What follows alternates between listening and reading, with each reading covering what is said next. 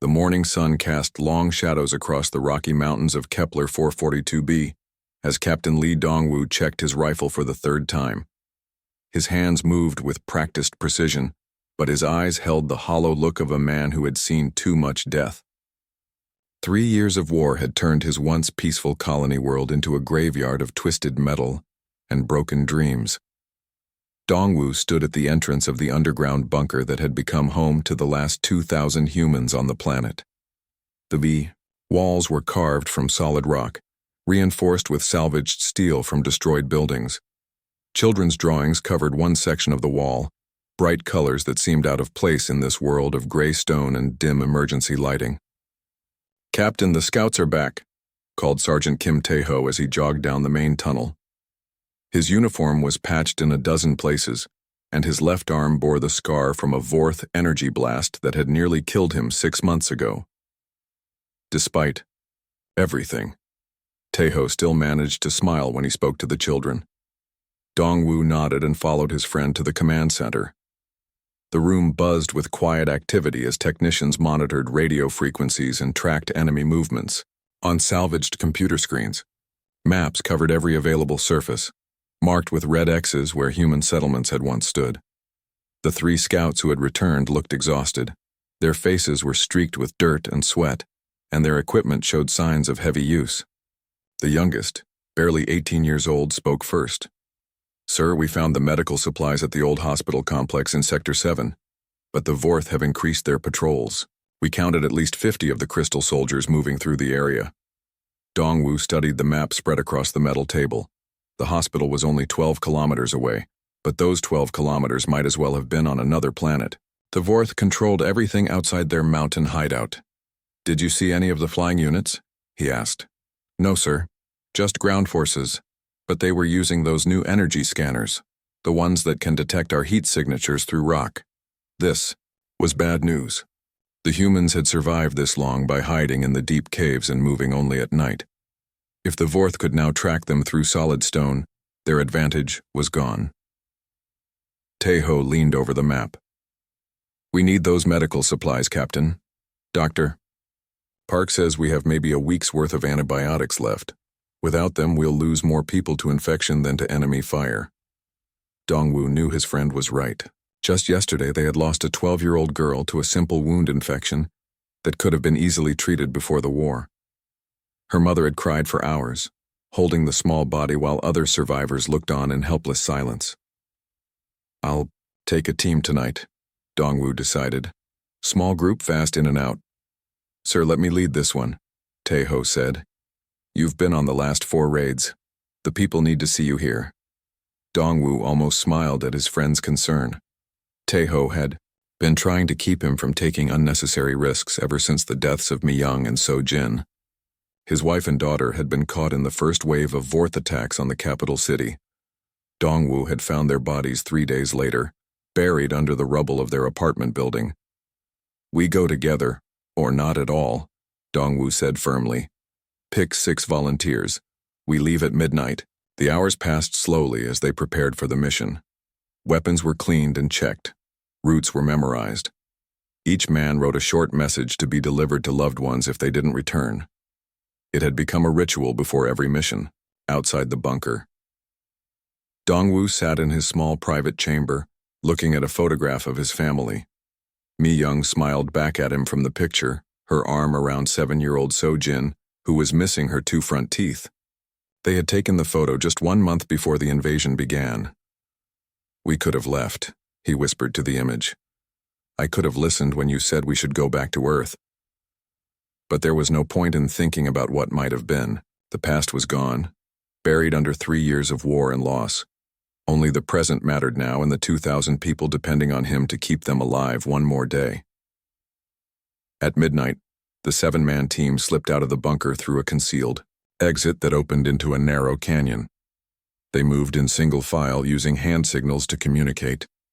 The night was cold and clear, with 2 of Kepler's 3 moons casting pale light across the rocky landscape. The journey to the hospital took 4 hours of careful movement. They had to avoid 3 Vorth patrol routes and hide twice when flying. Scouts passed overhead. The alien craft moved silently through the sky, their crystalline hulls reflecting moonlight like deadly jewels. The hospital complex had been beautiful once. Now it stood as a monument to human ambition destroyed by war.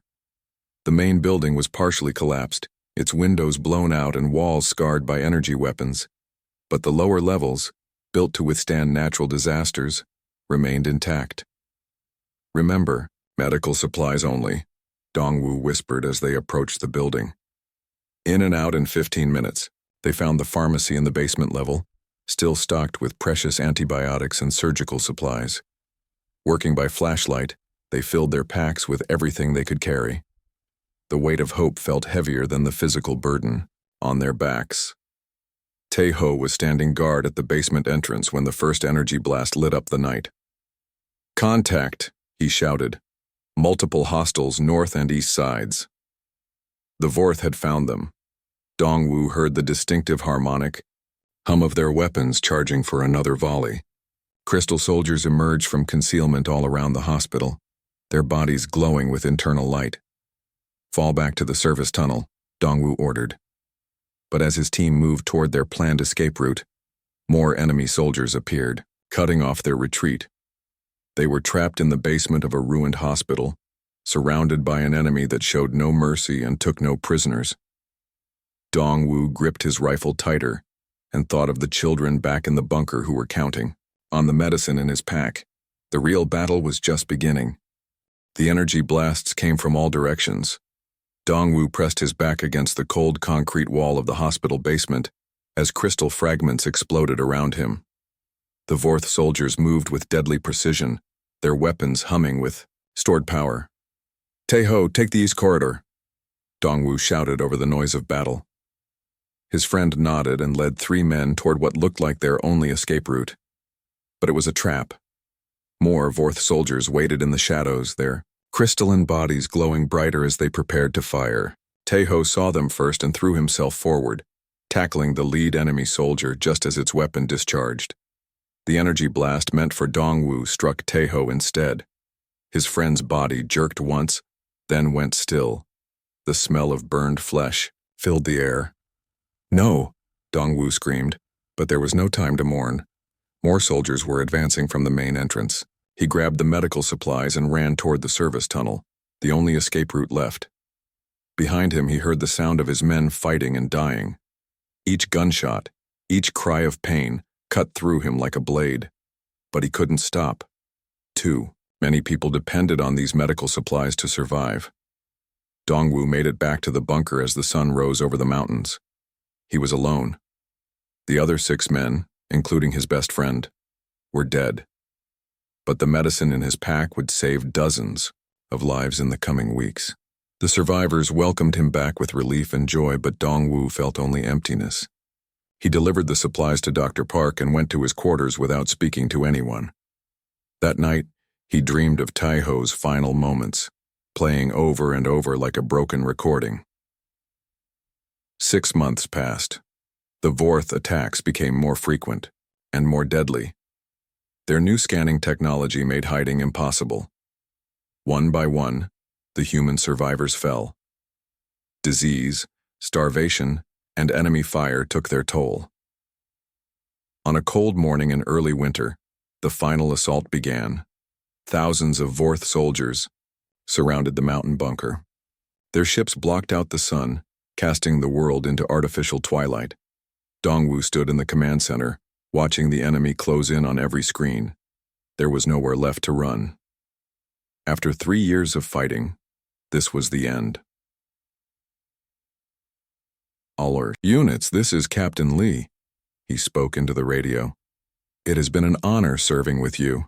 Make every shot count." The battle lasted 18 hours.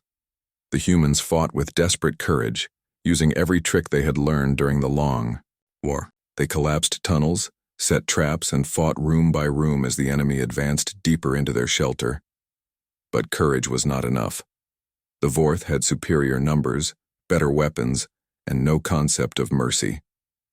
By dawn, the bunker was silent except for the hum of alien technology. Dongwu crawled through the emergency escape tunnel, his body broken and bleeding, Behind him, smoke rose from the mountain as the Vorth burned everything that remained of human civilization on Kepler 442b. He was the last. Everyone else was dead. Mi Young, So-Jin, Tae-ho, Dr. Park, the children who had drawn pictures on the bunker walls. All gone. A year later, Dong-woo wore the uniform of the Terran Defense Fleet.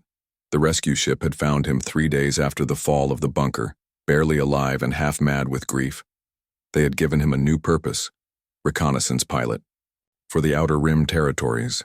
His mission was simple: fly deep into enemy space, gather intelligence on Vorth movements, and return with information that might help humanity win the war. It was dangerous work with a low survival rate. That was exactly what Dong-woo wanted. He took risks that other pilots wouldn't dare. He flew closer to enemy ships, stayed longer in hostile territory, and pushed his luck further than any reasonable person should. His commanding officers called him fearless. The truth was, he simply didn't care if he lived or died. On his 15th mission, Dong-woo's luck finally ran out. He was conducting a long-range survey near the Andromeda Nebula when his ship's sensors detected something unusual. A massive gravity distortion was pulling everything in the area toward a small moon. By the time he realized it was a Vorth trap, it was too late. His ship's engines couldn't break free from the artificial gravity field. Warning lights flashed, red across his control panel as the moon's surface rushed up to meet him. The crash landing shattered his left leg and knocked him unconscious for several hours. When he woke, his ship was a twisted wreck, half buried in the moon's rocky surface. The communication array was destroyed, the engines were dead, and his emergency beacon was sending only static. Dong-woo dragged himself from the wreckage, using a piece of metal as a makeshift crutch. The moon's thin atmosphere made breathing difficult, and the cold cut through his flight suit like knives. He needed shelter quickly or he would die within hours. A kilometer from the crash site, he found a cave system carved into the moon's surface by ancient water flows. The caves were deeper than they appeared from the outside, extending far into the moon's core where the temperature was warmer. As he explored the tunnels, looking for a place to set up camp, Dong-woo heard voices echoing from the depths. Not human voices, but the distinctive harmonic tones of Vorth communication. He moved carefully toward the sound, his rifle ready. Around a bend in the tunnel, he saw them. 5 Vorth soldiers, but smaller than any he had encountered before. They were gathered around the remains of their own crashed ship, their crystalline bodies flickering with dim, unstable light. They were young, Dong-woo realized with shock. These weren't the massive warriors he had fought for years. These were children stranded and afraid just like him. One of them noticed him first. Instead of attacking, it made a soft musical sound that reminded him of crying. Dong-woo raised his rifle, finger on the trigger. These were Vorth, the same species that had killed his family and destroyed his world. Every instinct screamed at him to fire, but the young creature before him wasn't attacking. It cowered against the cave wall, its crystal formations dimmed to barely visible light. One of its arms hung at an odd angle, clearly broken. The musical sound it made was soft and pained, like a wounded animal calling for help. The other 4 juveniles huddled, together nearby, equally small and frightened. Their ship was even more damaged than his own, split open like a broken egg with vital components scattered across the cave floor. Dong-woo kept his weapon trained on them, but something held him back from pulling the trigger. These weren't the towering warriors who had burned his cities. They were barely half his size, their bodies thin and fragile-looking. The injured one took a hesitant step toward him. Its good arm moved in what might have been a peaceful gesture. When Dong-woo didn't shoot, it took another step, then another. "Stay back," Dong-woo said, though he knew it couldn't understand human speech. The young Vorth stopped but didn't retreat. Instead, it made a series of soft harmonic tones while pointing at its broken arm. The meaning was clear even across species barriers.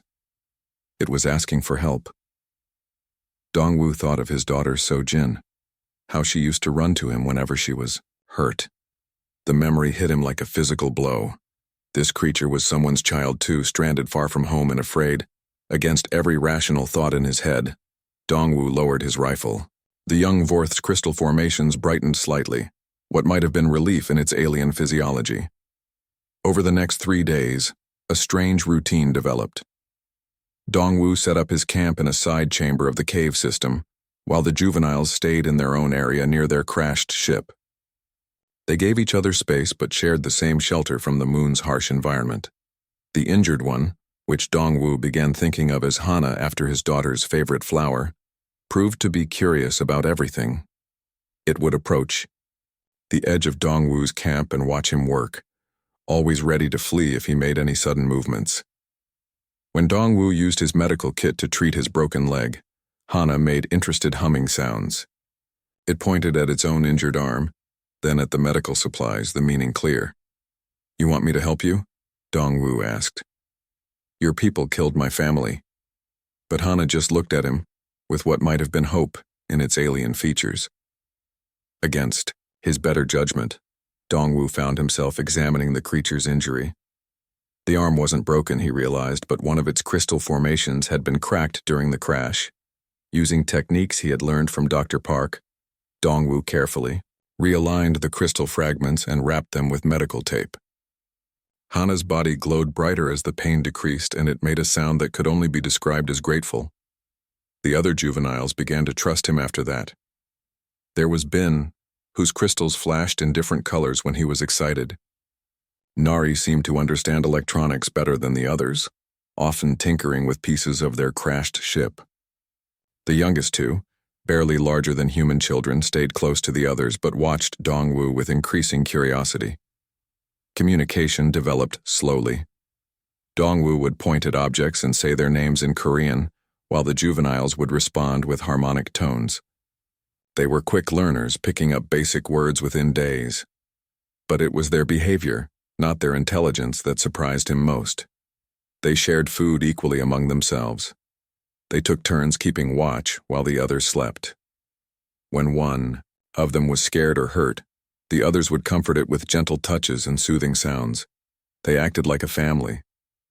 On the 4th night, predators found their cave. The moon's native creatures were adapted to the low-oxygen environment, with razor-sharp claws and thick hides that could turn aside small-caliber bullets. A pack of 6 attacked just after sunset, drawn by the scent of warm-blooded creatures. Dongwu fought them off with his rifle, but there were too many. One of the beasts broke through his defensive position and leaped toward the juvenile's shelter. Without thinking, Dongwu threw himself between the predator and the young Vorth. The creature's claws raked across his chest, tearing through his flight suit and drawing blood, but his sacrifice gave Hana time to act. The young Vorth's crystals blazed with sudden light, and the predator shrieked as energy coursed through its body. The other juveniles joined in, their combined power driving off the entire pack. Afterward, as Dongwu bandaged his wounds, he found the juveniles gathered around him. They made soft, concerned sounds while gently touching his injuries. Hana carefully cleaned his cuts with water from their supplies, moving with surprising gentleness. "Why did I do that?" Dongwu asked himself. "Why did I protect them?" But he already knew the answer. In their scared, caring behavior, he saw echoes of every human child he had tried to save during the war. Species didn't matter when innocence was threatened. That night, Dongwu dreamed of his family for the first time in months without nightmares. In the dream, Mi-young was teaching a group of crystal children how to play human games, while Sojin laughed as bright lights danced around her like friendly fireflies. When he woke, he found the juveniles had moved their sleeping area closer to his camp. They trusted him now, completely and without reservation. For the first time since the war began, Dongwu felt something other than emptiness in his chest. It was small and fragile, but it was there. These young creatures who should have been his enemies had reminded him what it meant to care for someone again. As he watched them sleep, their crystal bodies glowing softly in the cave's darkness, Dongwu realized he would do anything to protect them. They had become his responsibility, his purpose, his family. The morning of their 5th week on the moon, Hana woke Dongwu with urgent harmonic calls. The young Vorth was agitated, its crystals flashing in rapid sequences that he had learned meant danger. Dongwu grabbed his rifle and followed Hana to the cave entrance. In the distance, 3 large Vorth ships descended through the thin atmosphere, their hulls gleaming like deadly jewels against the pale sky. "They found us," Dongwu whispered. But Hana's reaction confused him. Instead of relief at seeing rescue ships from her own species, she seemed terrified. The other juveniles gathered around her, all of them making distressed sounds. Bin approached Dongwu and began projecting images from his crystal formations. The pictures were crude but clear. Adult Vorth soldiers dragging juveniles away. Young, ones like themselves being forced into dark spaces. Images of fear and pain. "They're not here to rescue you," Dongwu realized with growing horror. "They're here to hurt you." Hana confirmed his suspicion with a series of projected images that told a story Dongwu could barely believe. The juveniles weren't ordinary, young Vorth. They were different, capable of independent thought and individual emotions. In Vorth society, such traits were considered dangerous defects. The images showed trials where juveniles like them were judged by adult councils. Those found to be too independent were taken away and never seen again. The crashed transport ship hadn't been carrying them home. It had been taking them to their execution. Dongwu stared at the approaching ships and felt something cold settle in his stomach. These weren't rescue vessels. They were death squads sent to finish what the transport ship's crash had interrupted. "So they want to kill you for being able to think for yourselves," he said quietly. "And I'm supposed to hate you for being born, the same species as my enemies." The ships landed half a kilometer from the cave system. Through his binoculars, Dongwu watched squads of adult Vorth soldiers emerge. They moved with military precision, spreading out to search the moon's surface. These weren't the crystal warriors he had fought on Kepler 442b. They were even larger, their bodies covered in additional armor plating. Their weapons were more advanced, too, designed for hunting rather than open warfare. Dongwu had 2 choices. He could signal the search teams, reveal the juvenile's location, and hope they would spare him in exchange for the information. His military training said this was the logical decision. These creatures were the enemy, regardless of their age or individual characteristics. But as he looked at Hana and the others, huddled together in fear, he thought of every human child he had failed to save during the war. He thought of So-Jin, who had died because adults couldn't stop fighting long enough to protect the innocent. "I won't let it happen again," he said. The juveniles looked at him with confusion as he began gathering weapons and equipment. Dongwu tried to explain using the simple words they had learned, but finally resorted to images drawn in the cave's sandy floor. He drew pictures of the adult Vorth soldiers, then pictures of himself and the juveniles fighting them. The young ones understood immediately. Bin's crystals flashed with what might have been excitement. Nari began examining their broken ship's weapon systems. "You want to fight your own people to protect us?" The question came from Hana, transmitted through crystal images rather than words. "Yes," Dongwu replied simply. "You're not my enemies. You're my family." The battle began at noon when the first search squad reached the cave entrance. Dongwu had positioned himself in the upper tunnels with a clear view of the approaches. His rifle cracked once, and the lead soldier fell. Adult Vorth responded with overwhelming force, but they made a crucial mistake. They expected to find only frightened juveniles hiding in the caves. They weren't prepared for organized resistance. Dongwu used every guerrilla tactic he had learned during the war. He struck from concealment, then faded back through the tunnel system before the enemy could respond. The juveniles proved to be quick learners, using their smaller size to move through passages the adults couldn't follow. But it was their ability to think independently that gave them their greatest advantage. While the adult soldiers moved as a coordinated unit, following predictable patterns, the juveniles could adapt and improvise. They set traps, created diversions, and struck when least expected. Hana proved to be a natural leader, coordinating, the others with rapid crystal communications. Bin used his color-changing abilities to confuse enemies in the dark tunnels. Nari managed to repair some of their ship's weapons, giving them additional firepower. The battle raged for hours. Adult Vorth soldiers were veterans of a galactic war, but they had never faced enemies who could think like individuals while fighting as a team. The juveniles' unpredictable tactics caused confusion and casualties among the search teams. But there were too many of them.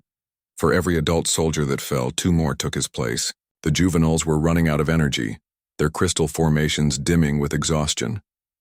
During the final assault, the adult soldiers cornered them in the main cave chamber. Dongwu was down to his last magazine of ammunition. The juveniles were exhausted and frightened.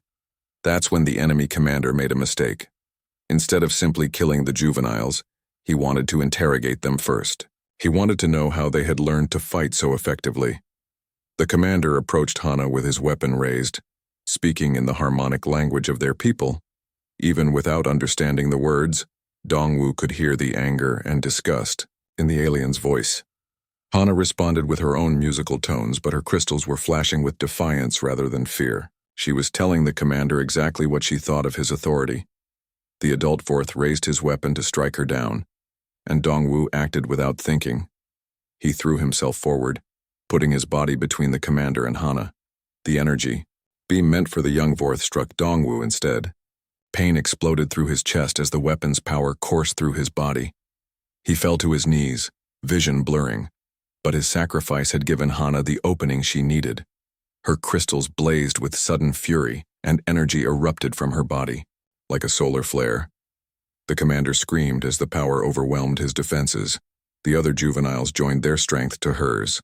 Together they unleashed a coordinated energy burst that brought down half the ceiling. When the dust settled, the surviving adult soldiers were retreating, their commander dead and their forces scattered. Dongwu lay on the cave floor, his body broken by the energy weapon. Hana knelt beside him, her crystals pulsing weakly as she tried to share her remaining energy with him. "It's okay," he whispered. "You're safe now." But even as he spoke, he could hear more ships landing outside. The enemy had called for reinforcements. The battle was far from over. Hana looked at him, with something that might have been determination in her alien features. She stood up, her crystals beginning to glow brighter as she drew power from some deep reserve. The other juveniles gathered around her, their own bodies beginning to shine with renewed energy. They had learned something important from watching Dongwu fight. Sometimes protecting family meant being willing to sacrifice everything. The real war was just beginning. The final battle lasted until dawn. Hana and the other juveniles fought with a fierce determination that surprised even Dongwu. They had learned more than just tactics from watching him fight. They had learned what it meant to have something worth protecting. When the last enemy soldier fell, only 3 of the juveniles remained alive. Hana, Bin, and Nari stood among the bodies of their fallen friends, their crystals dim with exhaustion and grief. Dongwu's injuries were severe, but the juveniles shared their life energy with him, keeping him alive when human medicine wasn't enough. Together they salvaged what they could from the crashed ships and prepared to leave the moon that had become both their prison and their salvation. The ship they managed to repair was a patchwork of human and Vorth technology. It could fly but not far. More importantly, it couldn't return to either human or Vorth space. Both sides would see them as traitors now. "Where do we go?" Dongwu asked as they lifted off from the moon's surface. Hana projected an image of star charts showing systems far from the war zones. Frontier worlds where neither species had established colonies. Places where outcasts might find peace. They chose a planet rich in the crystals that Vorth needed to survive, but far enough from any trade routes to remain hidden. The world had breathable air, fresh water, and enough resources to build a new life. The first years were hard. Dongwu's human technology and the juvenile's crystal manipulation abilities made a powerful combination, but they were only 4 survivors trying to build a civilization from nothing. Slowly, others found them. Word spread through the underground, networks that operated in the spaces between the warring powers. Vorth juveniles who had developed independent thought began making their way to the hidden world. Human deserters who refused to participate in the endless war arrived on stolen ships. Other species came too. The galaxy was full of races caught between the human-Vorth conflict, refugees from worlds that had become battlefields. They all brought their own skills and perspectives to the growing community. Dongwu found himself becoming something he had never expected to be. A father to dozens of children from half a dozen different species. The settlement they built wasn't just a colony. It was a family united not by blood or species, but by the choice to care for each other. Hana grew into a leader among the Vorth juveniles, teaching them that individual thought was a strength rather than a defect. Bin became an artist, using his color-changing abilities to create beautiful light sculptures that decorated their town. Nari designed the technology that allowed different species to live comfortably together. Years passed. The settlement grew into a small city, then into a thriving civilization. Children born on the world grew up speaking multiple languages and thinking of diversity as normal rather than strange. Dongwu was in the central garden one morning, watching human children play with young Vorth when the message came from Earth. The war was ending. Both sides had exhausted themselves fighting over worlds that were now uninhabitable wastelands. Peace negotiations were beginning, but the prejudices ran deep. Humans still saw all Vorth as monsters. The Vorth collective still viewed humans as chaotic and dangerous. Neither side could imagine a future where their species coexisted. That evening, Dongwu sat in his study, now gray-haired and moving slowly but still sharp of mind. Hana, now fully grown and serving as the settlement's elected leader, joined him as he composed a message to both governments. "Tell them about us," she said in perfect Korean, learned over 2 decades of living as his daughter. "Tell them there's another way." Dongwu activated the long-range transmitter and began to speak. He told them about a world where former enemies had become family. He described children who grew up believing that differences made communities stronger, not weaker. He talked about the technology they had developed by combining human innovation with Vorth crystal science, about the art created when different perspectives worked together, about the peace that came not from victory, but from understanding. "You can keep fighting until both sides are extinct," he concluded. "Or you can learn to do what we did.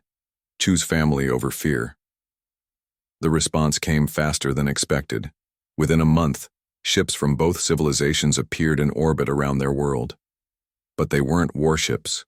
They were transports carrying refugees, diplomats, and families looking for a new way to live. The first human delegation was led by a young woman who reminded Dongwu of his daughter So-jin. She spoke nervously to the assembled crowd of mixed species, clearly terrified but determined to try. "My name is Lee Minji," she said. "My grandfather died fighting the Vorth. My brother was killed in the siege of Alpha Centauri. I came here because I'm tired of losing people I love to a war that never seems to end." The Vorth delegation was led by an adult who had somehow learned to think independently, defying everything their society believed possible. His crystals flickered with uncertainty as he addressed the crowd. "I am called Wisdom Seeker in Darkness. My hive cast me out when I began to question whether our war was just. I have come to learn if what you have built here is real." Over the following weeks, more ships arrived. Not just humans and Vorth, but representatives from dozens of species that had been affected by the war. They came to see if the miracle of peaceful coexistence was possible, or just a beautiful lie. Some stayed only a few days before leaving, unable to overcome their prejudices, but others remained, adding their voices to the growing chorus of hope. Dongwu stood in the garden, where crystalline trees grew alongside earth flowers, watching children of 6 different species play together in the afternoon sun. Their laughter created a harmony that no single species could achieve alone. Hana approached, now middle-aged by Vorth standards, her crystals showing the deep, steady glow of contentment. Behind her walked Minji and Wisdom Seeker in Darkness, deep in conversation about establishing similar settlements on other worlds. "Do you think it will work?" Hana asked. "Can we really change the galaxy?" Dongwu smiled as he watched a human child teach a young Vorth how to throw a ball, while nearby a crystalline juvenile showed human kids how to make light patterns dance in the air. "Look around," he said. "It's already working." In the distance, More ships were landing. Each one carried people who had chosen hope over hatred, family over fear. The settlement that had begun with 4 survivors was becoming the seed of something much larger. Dongwu thought of Mi Young and So Jin, and of Tai Ho who had died protecting others. He thought of all the people he had lost to the war. They were still gone, and the pain of their absence would never fully heal. But their deaths had not been meaningless if they led to this moment. If the love he had learned to feel for Hana and the others could spread across the galaxy, then perhaps all the suffering would finally have purpose. The sun was setting, painting the sky in shades of gold and crystal light. Tomorrow would bring new challenges, new arrivals, and new opportunities to prove that peace was possible. Tonight, Dongwu would go home to a house filled with the voices of children from a dozen worlds, all calling him father in languages both familiar and strange. He had lost his first family to war, but in finding the courage to love again, he had gained something even more precious. He had helped create a future where no parent would have to lose their children to hatred between species. That was enough. That was everything.